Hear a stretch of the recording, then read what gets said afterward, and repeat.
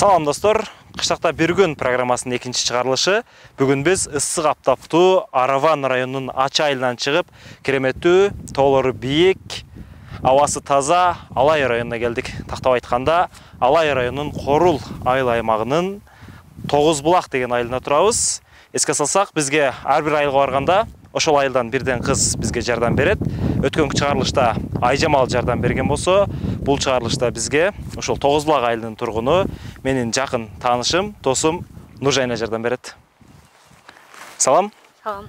Достор, бул Нуржайна. Достор менен учурашсаң болот. Салам достор. Кош келипсиңер Корул аймагына. Мен дагы көптөн бери келе элек болчумун. Азыр ушул программанын шылтоосу менен мен дагы айылга келип алдым. Анда азыр биринчи биздин үйгө баралы. Кеттик анда эмес. Кеттик.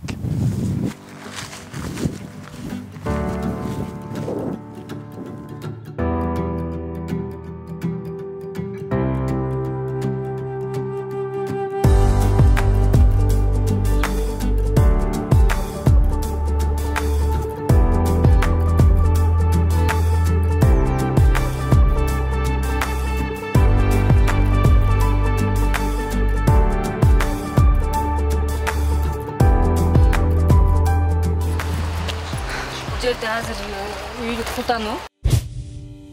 Култтайбыз. Кулпулоо. Кулпу менен үйдүн же болбосо башка нерселердин эшигин бекитебиз деген мааниде. Көптөн бери эч ким келе элек. Жабык, э? Ага, жабык. Ключ. Ключ. Ачсаң болот.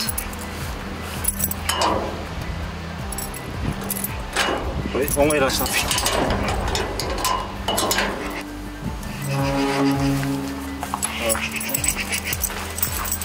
Качандан бери келе элексиң? Карантинде бир жолу келип кеткем, ошол боюнча келе элекмин. Мына жерде роза гүлдөр бар эле, баарын чөп басып кетти. Көрүнүп турат. Бүгүн тазалайбызбы? Бүгүн тазалайбыз. Да. Кийимдерди алмаштырып керек. Каласың? Иш кылып чыгмайгам мен. Бизде азыр орок бар. Ошол орок менен оорусам болот. Кийимдерди алмаштырып алайынбы? Ооба. Азыр үйгө киребиз, анда алмаштырып алайлы. Бол.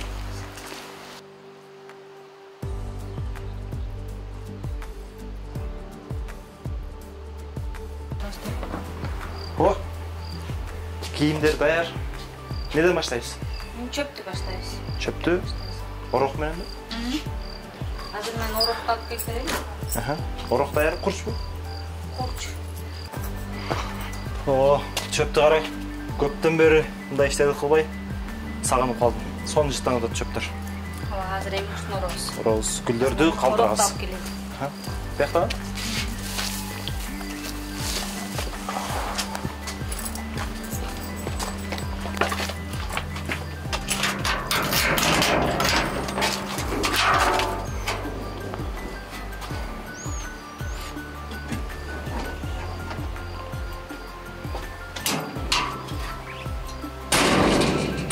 Наке орок. О. Колорок. Сап эле экен. Мына бушо экен. Кайсы баштан баштайлы? Мына роза гүлдөрдү биринчи немеге атышабыз. Гүлдөрдүн канчасы болгон розаларды биринчи ачып коебуз, э? Ооба.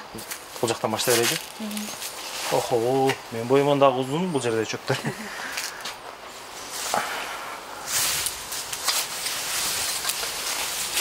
Наке. Bismillah.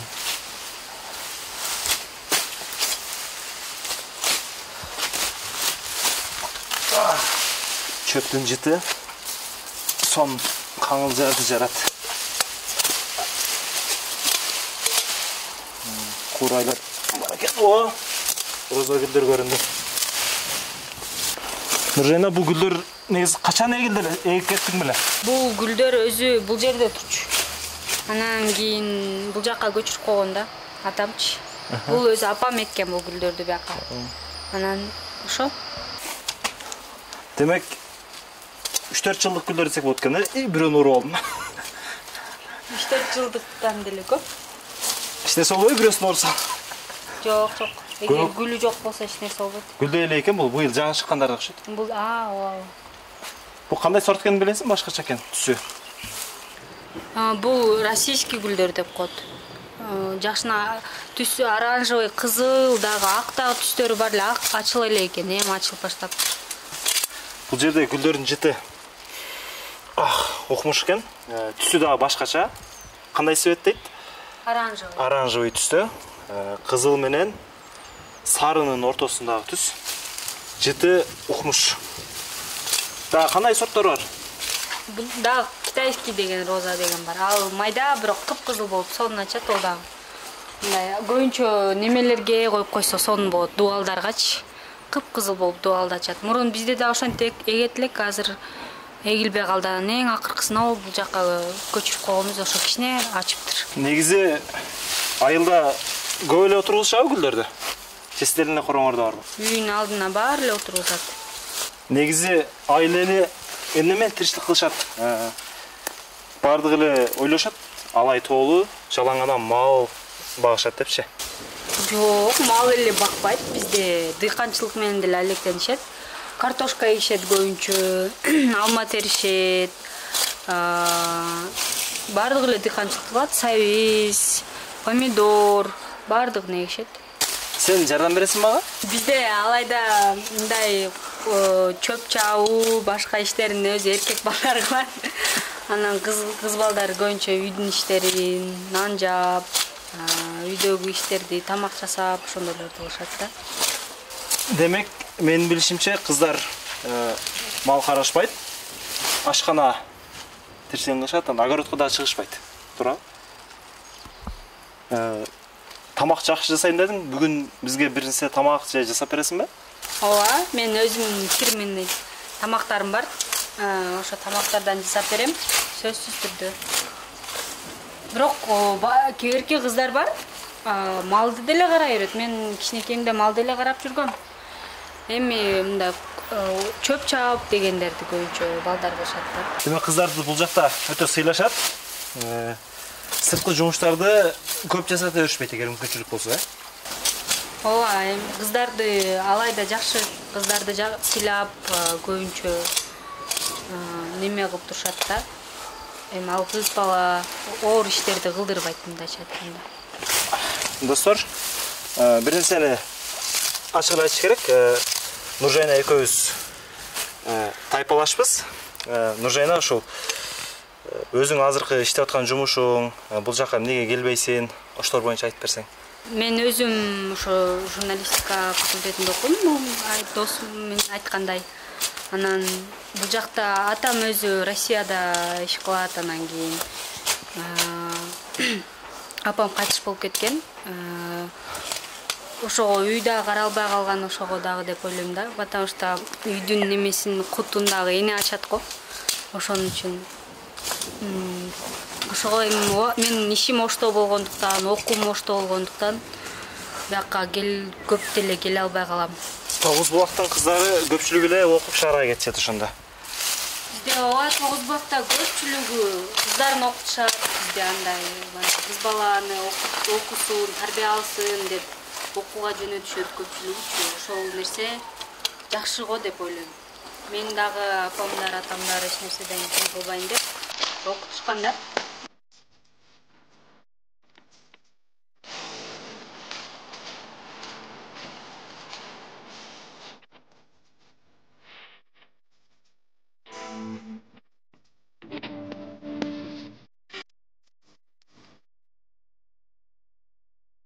Аз пактылы.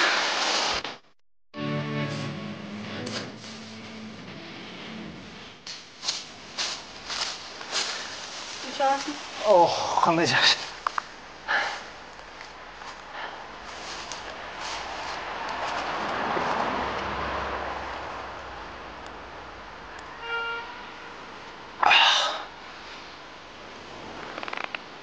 Муздак экен. Сонун экен. Топурак аябай карагандай борпоң тектүү топурак экен. Азыкка бай экен. Негизи мындай жерде биз жакта картошка эгишет. Силерде деле ошондой болсо керек. Ооба, биз деле картошка эгебиз. Мен мынакта бизде картошка бар, көрсөң көрсөт. Мынакта картошка барбы? Аз көркүнөбүз. Гүлдөр сонун ашып койду.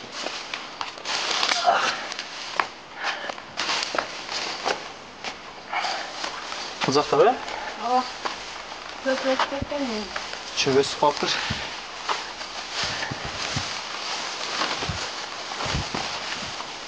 Ого. Карантинде айылда болуп калдым. Ошондо бош убактарымда жерге картошка эгип койгом. Түбү жакшы болсо керек, жакшы жетилсе керек. Ооба, жакшы. Картошканы эгип, чабып коюп кеттим эле, андан кийин бул жерде неме бар, акам бар, ошол көлүп калыптыр. Азыр күз болуп калыптыр. Түш болуп калды эми. Курсаңаштым. Аябай. Качан да түштүнү. Бүгүн Нуржайна өзгөчө тамактын рецепти менен бизге өзгөчө тамак кылып берем деди. Азыр чоңуп көрөбүз.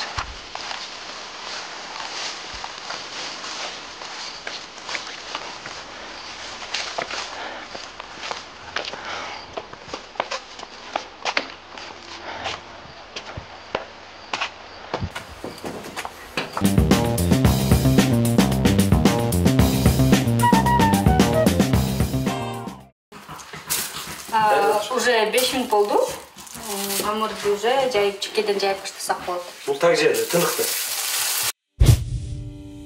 Так жейт, тыныгат. Камыр даяр болгондон кийин аны колдонууга оңой болушу үчүн бир аз коюп туруу. Так жейт. Бирден алабыз. Околок керек. Околок, үбөлүк, жыгачтан жасалат. Ашканада көп колдонуучу буюм. Камыр жаюуда колдонулат. Жайгыч деп да көп айтышат. Демек, околок менен камыр жаябыз. Анан ундан урпактап коебуз. Урпактайбыз. Ун сээп коебуз. Камыр жайып жаткан учурда камыр колго жабышып калбоосу үчүн ундан чачып коебуз деген мааниде. Жерге жармашпас үчүнчү. Шуну унду сээп койгондо Урпактап коебуз. Нуржайнанын азыр пошкелин жейбиз. Пошкел тамактын түрү. Камырдан жасалат. Кадимки эле оромого окшош. Казанда же электр меште бышырылат.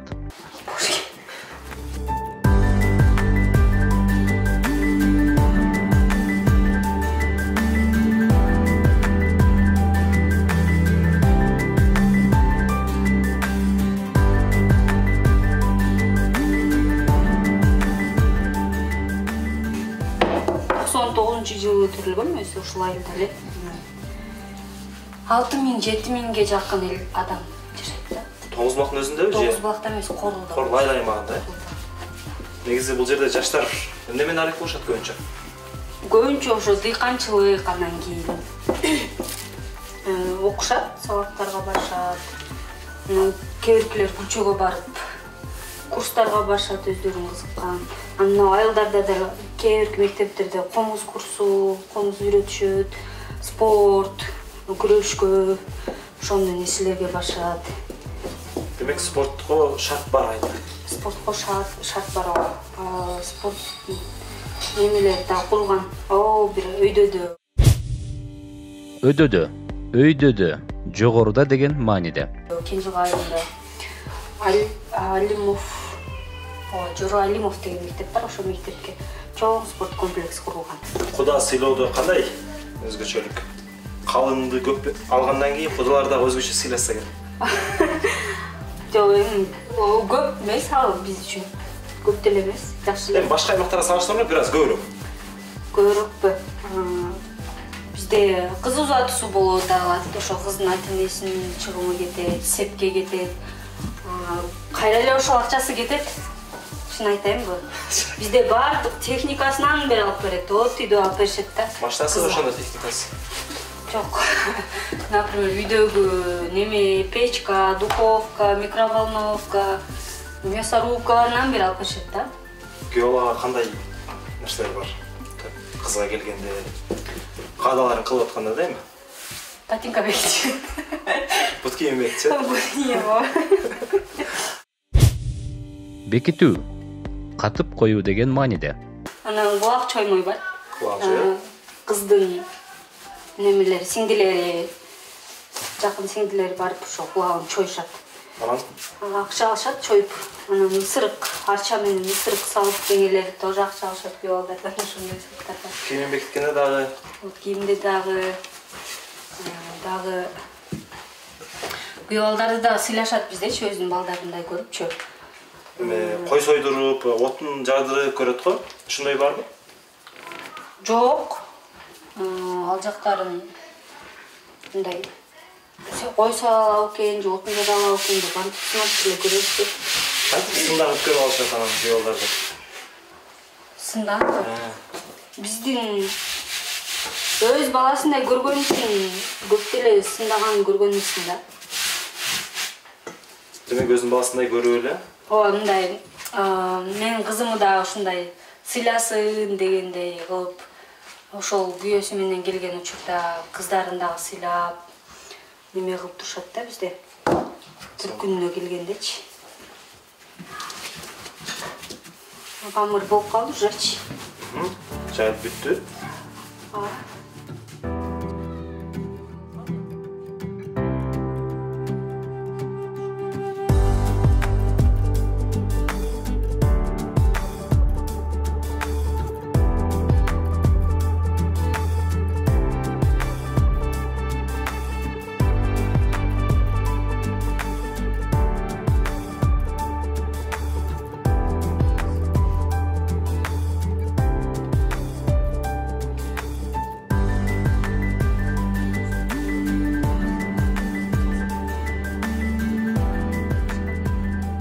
Түптөп алсаң деле.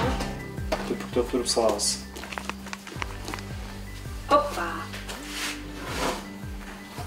Түйүнө майлабай эле, эч нерсе кылбайт түйүнө. Бул не майлабай эле койсо болот. Просто буну кыздытабыз да биринчичи. Биринчи кыздытып алыш керек. Мештин табанын кыздытып алыш керек биринчи. Анан кийин сактабыз. Жөнөдүк. Кыздытабыз. Канча кыздытты? Боло берет эми немеге карап 200, аз бизде максимальныйда турат. Жарым саатта даяр болуп чейин, башка бир нерсе кылып турабызбы? Малканада кышка даярдык көрөбүз. Малкана короо, сарай, агыл деген мааниде. Мал байлануучу жай. Неме малдын көңүнөн канек кылат азыр. Канек көңдү кургатуу үчүн биринин үстүнө бирин арасынан шамал өтө тургандай кылып тизүү. Ошол как раз ушул малда кылса болот. Канек кылабыз дегенде ошондо? Тизип мындай кургаш үчүн үйгө окшош неме кылып коет да. Демек көңдөн үй курабыз. Да, маленький үй курабыз. Анан кийин ошол кургандан кийин жийип коебуз дагы, кийин кышында оп жакканда үйгө алып кирип ушу жактан жага беребиз. Канек кылган кеттик анда.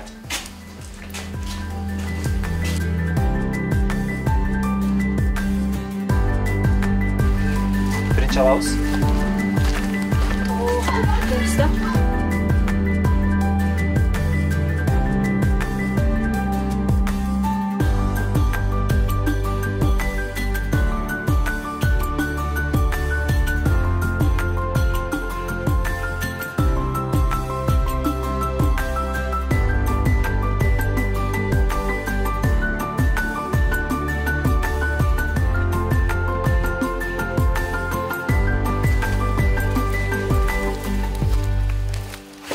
Адатта муну эркек балдар кылышабы же кыздардын ишиби бул?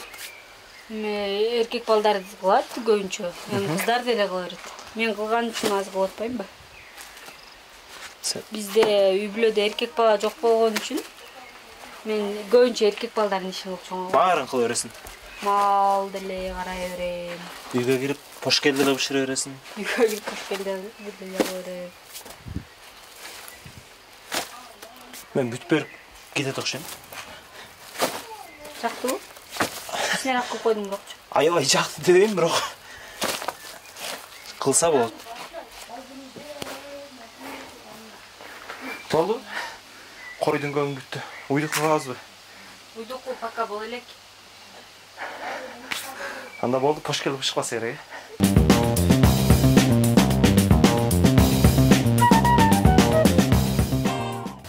На, пошкелибиз даяр болду.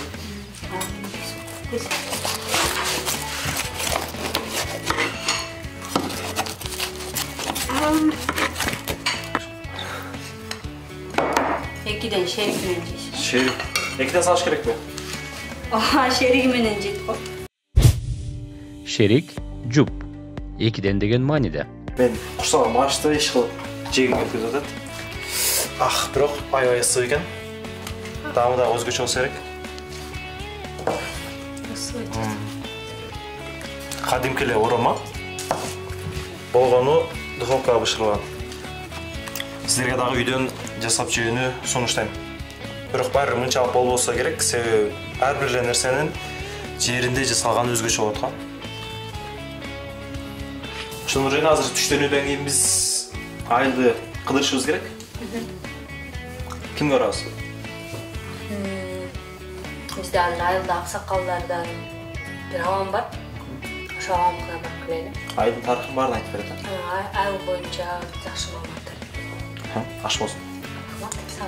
Негизи Тогуз булак деген айыл ошол Тогуз булактын атынан койгон деди, бирок бул жакты көрсөттү, кайсыл жер экенин анык көргөн жокпуз. Булактар ушул жакта ошондо. Ошо төштө да. Төш. Дөңсөө же дөң дегенди билдирет. Ал жерде Тогуз булак деп коет, Чычырканак деп айыл болот. Ошодон өйдө чыксаң, ошол жерде булактар көп. Мен бир нерсени байкадым. Асфальт негедир мындай жумшак экен, топуракка окшош. Неге? Бул күн тийгенден сактап калышат. Күн тийгенден эрип кетет. Жок, эрибей эле. Билбейм анысын. Эми азыр мына абамкына келдик. Абам ушул корул боюнча азыр эң кары аксакалдардын бири. Ошодон корул жөнүндө сурап кетели. Айыл аксакалынан корул жөнүндө толук маалымат алабыз. Алабыз.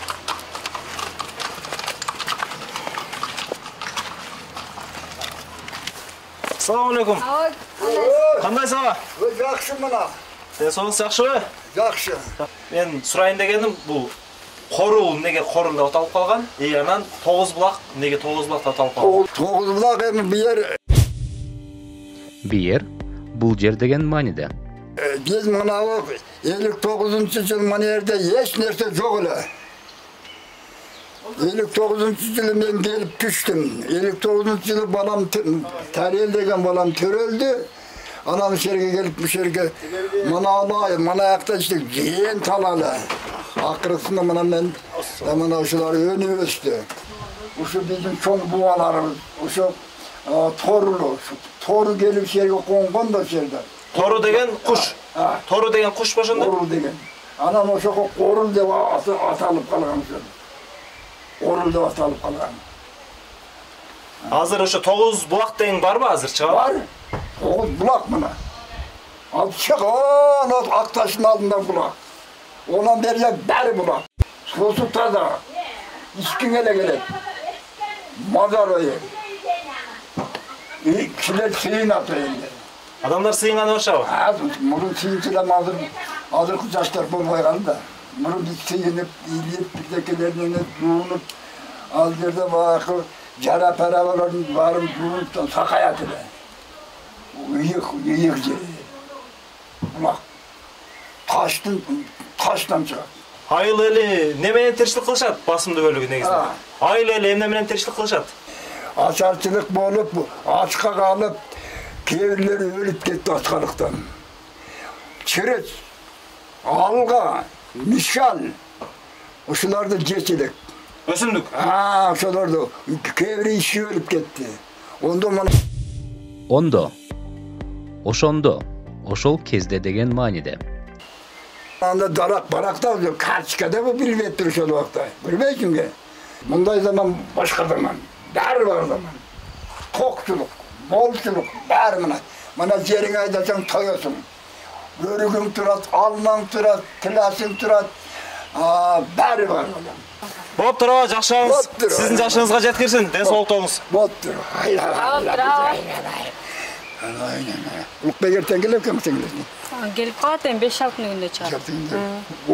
Гүлчөдө кече Расуловың Ошто дедиле мага. Оштон чыгып келди кече Гүлчөгө. Чыгып келди. Кайсы кызы менен келди? Берки чоң кызы менен. Чоң кызы менен де. Мен сени окшоттон чоң кызы менен келди ошо. Ол да экөө биргеби? Ооба, экөө бирге. Жакшы. Жакшы. Болуптур, тынч болуңуз. Болуптур. Мынакей достор, биздин бүгүнкү Корул айылындагы бир күнүбүз соңуна чыкты.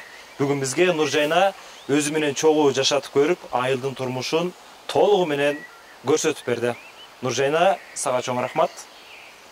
Сиздерге да чоң рахмат келип кеткениңиздерге. Сиздер дагы келиңиздер, сен дагы бир жолу келип кет. Ар дайым тосо алганга даярбыз. Анан пош келиңизден жеп кетиңиздер. Бул кыштакта бир күн программасы болду. Кийинки чыгарылышы сиздин айлыгыңызда болуп калышы мүмкүн. Андыктан бизди күтүңүз.